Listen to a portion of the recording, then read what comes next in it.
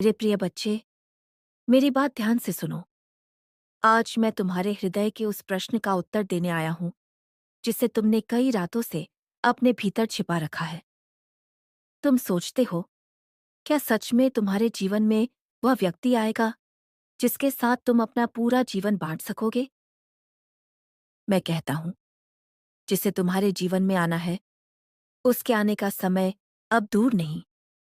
तुमने प्रेम में दर्द देखा है, विश्वास किया और टूटे भी हो। इसी कारण अब तुम्हारा मन किसी नए रिश्ते को स्वीकार करने से डरता है। लेकिन याद रखो मेरे बच्चे, हर टूटना अंत नहीं होता। कभी कभी मैं तुम्हें गलत रास्ते से हटाकर उस रास्ते पर लाता हूं जहां तुम्हारा सच्चा सुख तुम्हारी प्रतीक्षा कर रहा होता है। तुम्हारे जीवन में विवाह केवल एक सामाजिक बंधन बनकर नहीं आएगा। यह तुम्हारे जीवन का एक नया अध्याय होगा। जब दो लोग अग्नि के सामने खड़े होकर एक दूसरे का हाथ थामते हैं, तो वे केवल साथ फेरे नहीं लेते, वे एक दूसरे के सुख दुख में साथ चलने का संकल्प लेते हैं। लेकिन एक बात हमेशा याद रखना, विवाह किसी की स्वतंत्रता छीनने का नाम नहीं है। सच्चा विवाह वह है जहां दो लोग एक दूसरे को बदलने की कोशिश नहीं करते, बल्कि एक दूसरे को समझने की कोशिश करते हैं। मैं और माता पार्वती भी यही सिखाते हैं।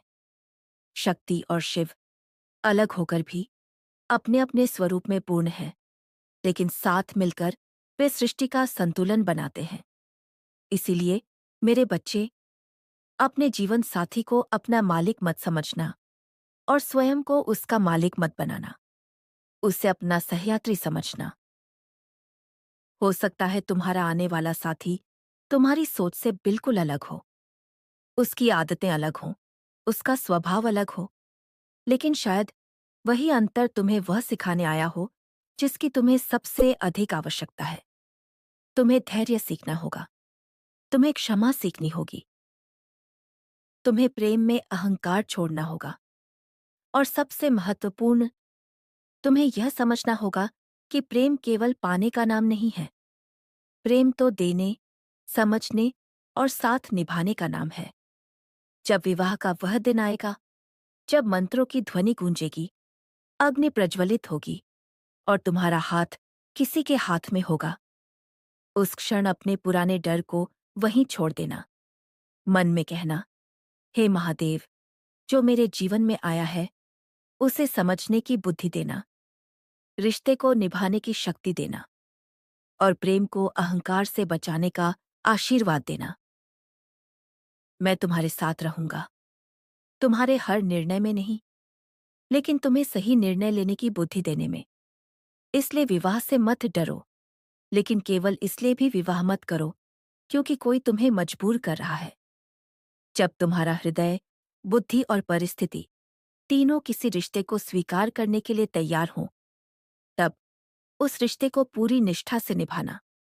याद रखना मेरे बच्चे, विवाह भाग्य से मिलने वाला व्यक्ति भर नहीं है। विवाह उस व्यक्ति के साथ मिलकर एक सुंदर जीवन बनाने की साधना है। जो बीत गया उसे जाने दो, जो आने वाला है उसका स्वागत करो, क्योंकि कभी कभी जिस प्रेम को तुम खोज रहे होते हो, वह प्रेम भी तुम्हें ही खोज रहा होता है। और जब वह तुम्हारे जीवन में आए, तो उसे पहचानने के लिए केवल आंखों से नहीं, अपने शांत हृदय से देखना। हर हर महादेव।